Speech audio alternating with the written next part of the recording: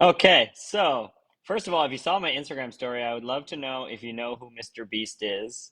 And um, he did something recently. So Mr. Beast is a famous YouTube guy. You can Google him. He's pretty easy to find. And he does lots of things. Exactly, unlike my brother. Um, so Luke knows who Mr. Beast is, do you mean? You guys know who, is that what we're saying yes to? Oh yeah, Mr. Beast is great. So I was feeling pretty frustrated because I was on like TikTok or whatever, and so he did something recently. He donates so much money to charity. He's a big philanthropist, and I mean his thing is that he does viral videos. He figured out viral videos on YouTube, and I think he has the most subscribers or most views or both in YouTube, and you get paid for that. And he does a lot of wild things, and one thing that he recently did was, and I don't know the full ins and outs, but he paid for 1,000 people to have a surgery, which is apparently there's a 10-minute surgery that can correct vision issues for people. So he basically like cleared people. Hey, Jan. He let people see again, and then he promoted it a lot, and he tweeted about it and why that this wasn't covered in insurance and things like that. Especially because people get, they talk about tax dollars, and America is a lot different than we are here. But like, at least a lot of the people couldn't work because they couldn't see, and now they could see, so they could work. So it's just kind of like they're generating tax dollars if they can go to work. So there's something in there anyway that is more than I know. But anyway, he caught a lot of flack because the video got like 100 million views or something like that, and he was like the most hated man on the internet because he was using these people that he paid for all of their surgery for his celebrity and for fame and things like that, and I think that's just very short-sighted for a lot of people, and there's a lot of people coming into his defense too, which is what happens when you do all of those things. And um, I just think people with small mindsets and people that are just negative people um, are unable to see that, sure, he did it and he publicized it. And he used his influence for a really great thing. He changed the lives of 1,000 people. But the way that he makes money is to get a lot of views on YouTube. This is how he makes money. And then he uses that money for a lot of good. So I'm sure he does a lot of things that he doesn't publicize, but it's kind of like Evolve. We probably publicize like 80% of the things that we do for charity and nonprofits and stuff like that. We don't do it all, but we do most of it. And that's because we think that it's important to put it out there and to inspire others to give, whether it's money or time. But number two is that it is good for business and it feels good and all of those things, the selfish things. But the thing about it is that we know it's good for business, which means that somebody might join our gym and they might have a life-changing experience because of that. So that's kind of like him. He needs the video views so that he makes more money, so that he can do things like that and donate more money. And for us, all of you are amazing, and you share all of our stuff, so that helps to help us raise more money. And it's really on the backs of our community and all of that. But we publicize a lot of what we do because we know it's going to help us get more clients, and we know if we have more clients, that's more people that are going to have a life-changing experience. That's more people that are going to love our community, enjoy exercise, and then who will join Ride for Cancer and raise more money and things like that. So I was deeply offended by all the people that were so short-sighted to get angry at Mr. Beast and all of that good stuff. But anyway, I'm 5 minutes in already, and I haven't talked about any obstacles yet. So let's do 15 minutes of obstacles. I'm all hopped up on Lindt chocolates, so if I'm a little fast here, that's why. So, okay. We've got some of these are obviously going to be similar. Dealing with some family personal issues that's causing increased stress. Week-long trip planned for February, so this could probably throw me off balance a bit with my habits. Yeah, so personal family health issues. We want to. I haven't really talked about the three C's yet. So the three C's are really a guiding principle in my life. Really helped my anxiety around being late for flights and stuff like that too. And I wouldn't say late for flights because I would never be late for a regular flight, but connections and things like that. And it's control what you can, cope with what you can't. I have my Apple Watch in my hand. Concentrate on what matters. So when you're having family issues, you're having any issues, there are going to be things that you can control. So there are things that you can control. So you want to make sure that you're honing in on the things that you can control in any situation. And then cope with what you can't. So you can't control other people's behavior, you can't control other people's health and things like that. And I don't know what this issue is, but it could be an elderly person in your family who requires care and things like that, and that's a very stressful thing. So that's going to be out of your control. So you have to figure out what you can control in that, and then to concentrate on what matters is really the big one there. And I'll say I'm not a religious person, but religion is a really good example. We all have our personal core values, and I talked about this in the goal setting, but you want to do your best. Like the best way to live your best life is to live by your core values.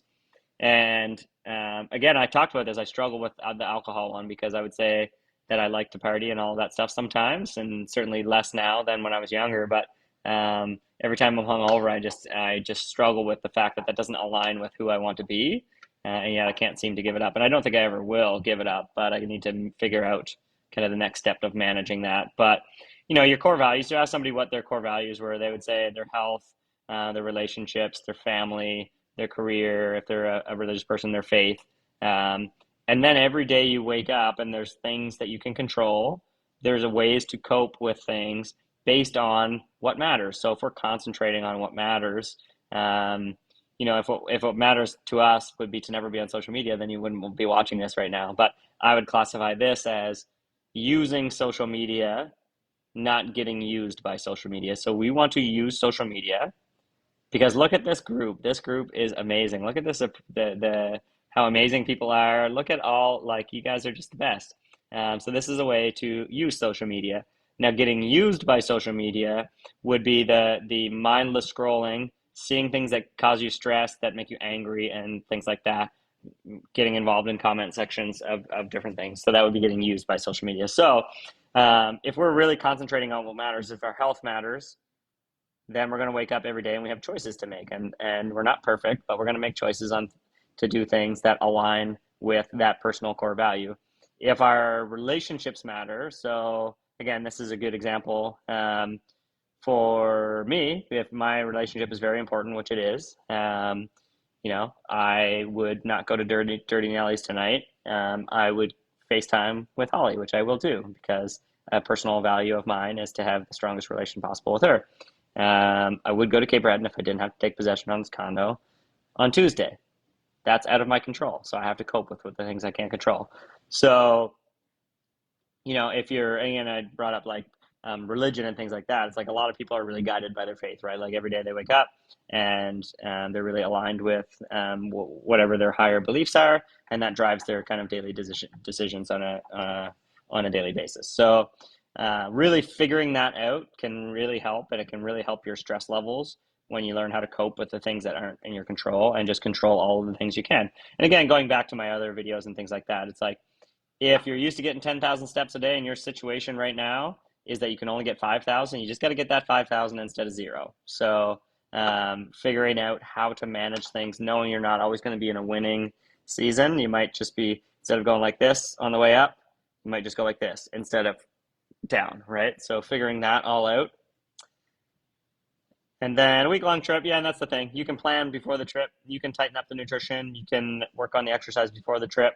You can manage while you're there. You can travel a little bit differently. You don't have to have the buffet, breakfast, lunch, and supper until you're sick. You can have a light, whatever. If you love brunch, you can have light supper. If you love supper, you can have a light lunch or breakfast or whatever, right? So there's different ways to manage it. And again, and just understanding that it's a trip, and it's probably a fun trip.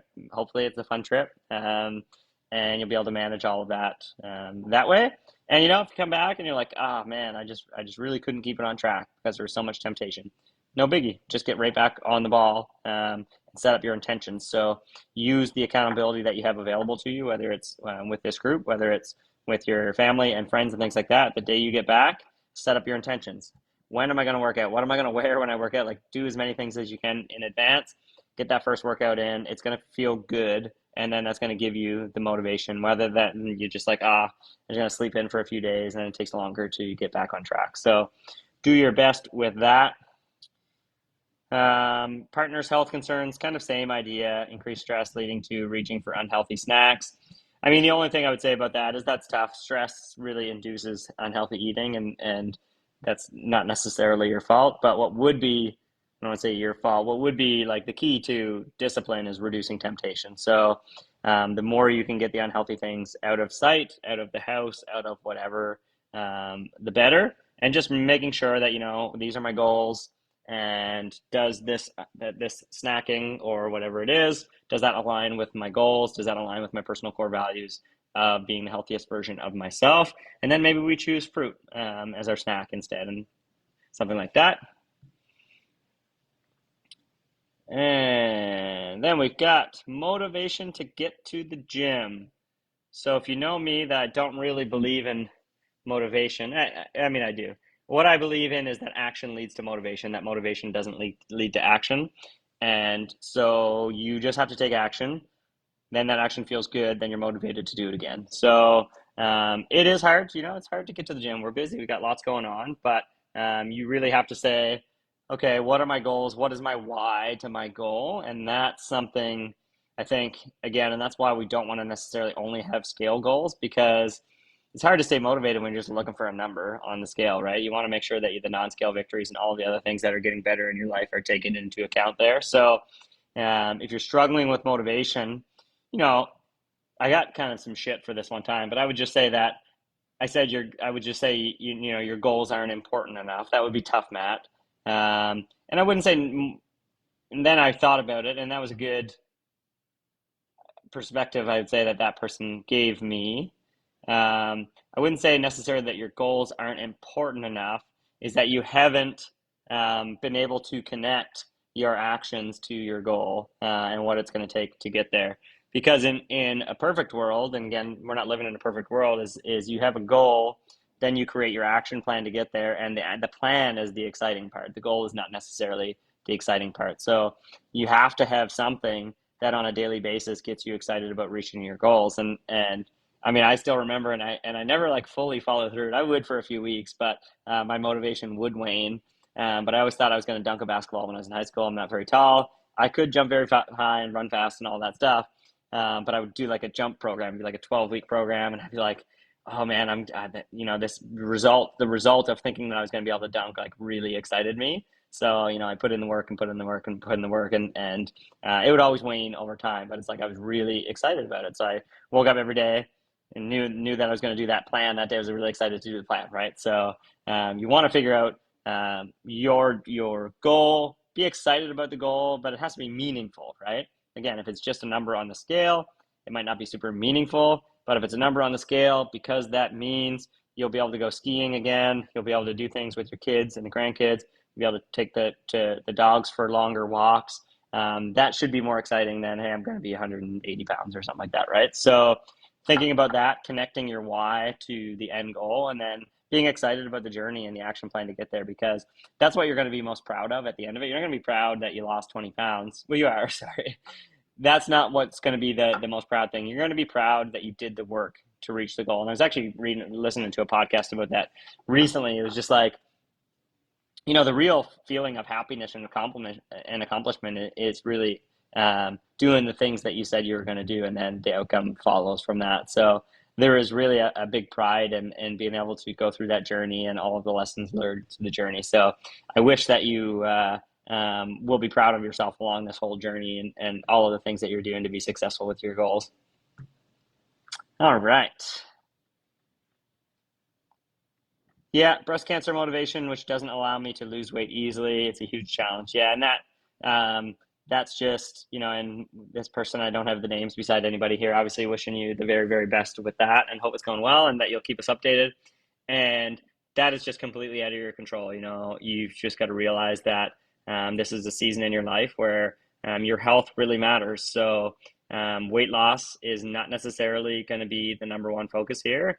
It might come as a side effect of all of your healthy habits, but you want to be as strong as possible. You want to be nourishing yourself the best you can and doing all of the things to fight cancer that are necessary throughout all the areas that you can control. Work on your stress management, which is going to be really tough when you have cancer. I mean, there's just like lots of things to it, but getting ample sleep, all of that stuff, and the healthier you are, the better you're going to be able to fight cancer. So Sure, weight loss is hard, but if you're doing all the things, you might be able to lose some weight. But really, I think the deep why and the focus would just be getting as healthy as possible, getting as strong as possible, so that your body has the ability to fight back a little bit against that. So I hope that's going well, and would love to hear from that you if you're watching this. Yeah, and going away early March to an all-inclusive, concerned about falling off track with exercise and nutrition. Some of you, I mean, most of you have heard my spiel about Julie. If you didn't get an answer to this one already, then just let me know and I can kind of type it out privately to you. But I mean, number one, just go have fun. If you and props to you, like pat on the back to you for joining a challenge when you're going to an all-inclusive in the middle, because I think that's awesome because there's always going to be something, and many people just don't join. Like how many people have made me angry and disappointed, and let's say disappointed because that's harder than angry, but because they were going on a week vacation or a long weekend during a challenge and didn't join, and I'm just like, you mean you're going to do nothing for 6 weeks? This is tough, Matt. You're going to do nothing for 6 weeks instead of going hard for 5 weeks and having a week vacation in the middle. What do you think is going to be a better result? 0 weeks or 5 out of 6 weeks? So that's me being tough right now and I'm just agitating myself because this person is great. They joined a challenge when they have something in between. But just go have fun. If you only get one vacation a year and this is it, go eat all the food, go to the beach, go do everything on vacation that you love to do. If you travel a lot, which I do, vacations have just taken a whole new meaning. I just kind of live my normal life there. I try to eat as healthy as I can. I'm the type of person who likes to eat out for supper. I have no interest in going for lunch at all. Honestly, like no matter where I'm at, unless I'm just with somebody who wants to go for lunch that I really enjoy their company. So I get up and I exercise every day, every single day. I run or work out. The odd time, 1 in 20, I'm too hungover to do that, but I'll at least get a walk in. And then I I pound like 3 liters. My kind of rule in when I'm in a warm climate is I drink 3 liters of water before I exercise. And I work throughout the morning, and then I exercise. I do a little bit more work. I get some sunshine. I have a light lunch, and then I'm out watching the Raptors or something at night, having a few drinks and supper. So I did well in my November trip. I was in Mexico for like 7 or 8 nights, and I didn't go over 5 drinks once. So my rule was like 5 drinks, and every night I think was exactly 5 drinks. Somebody bought me 2 shots one of the nights, so that was hard because those are faster than drinking a beer. But it was great. I was never hungover. I felt good, and I came back feeling just as healthy as I did when I left. Okay, let's do one or two more. Let's see here.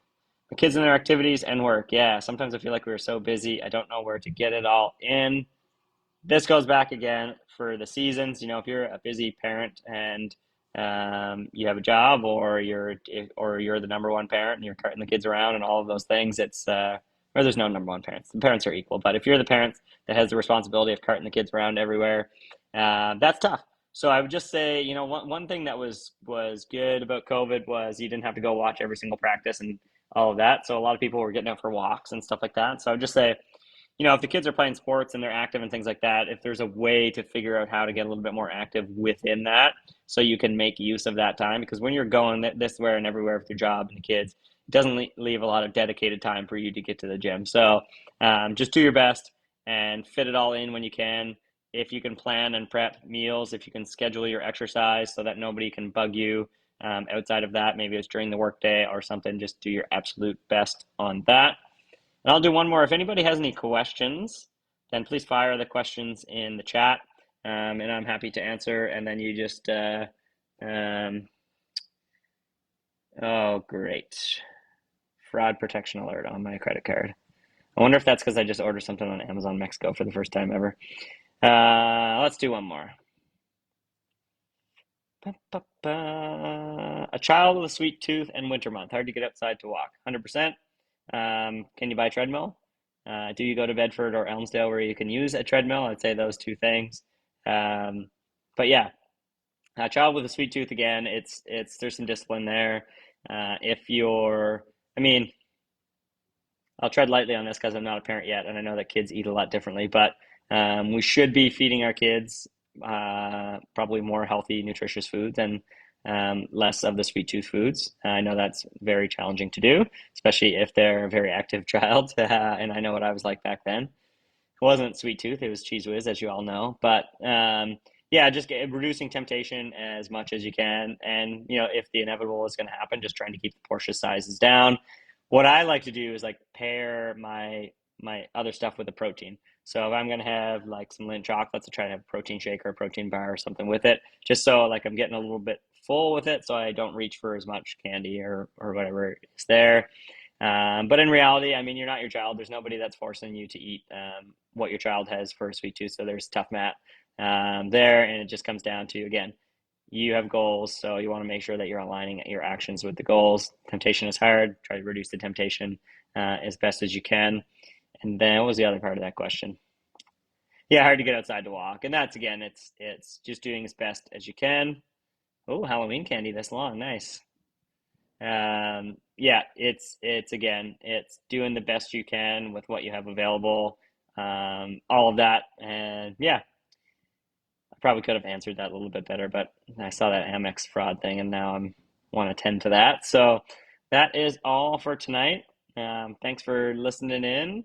I hope everybody is nice and safe and warm. Looks like tomorrow's going to be a better day. Fingers crossed. I'm flying to Calgary tomorrow. I actually messed up. Like, I wouldn't say I messed up. I mean, knock on wood. Because Holly didn't come, I was looking all day. I was like, I'm going to change my flight and I'm going to get there earlier. And I'm not going to overnight in Calgary because I only did that because I needed an afternoon flight tomorrow so that Holly and I could enjoy Sunday morning together. And so I was waiting to change my flight because I was seeing like where all the flights were coming from and the delays and everything like that, and just making sure things were good. I was going to fly out at 6:45 p.m. tonight, and then I went to change it.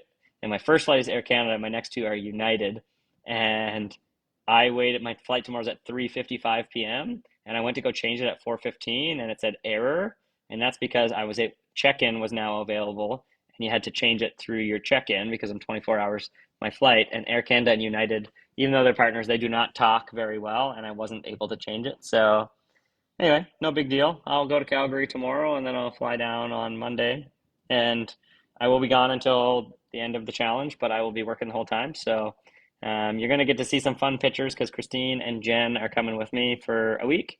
So they're going to help me get my place ready for Airbnb. And if anybody wants to take a trip to Cabo sometime, then absolutely, I will give anybody a special deal to go there.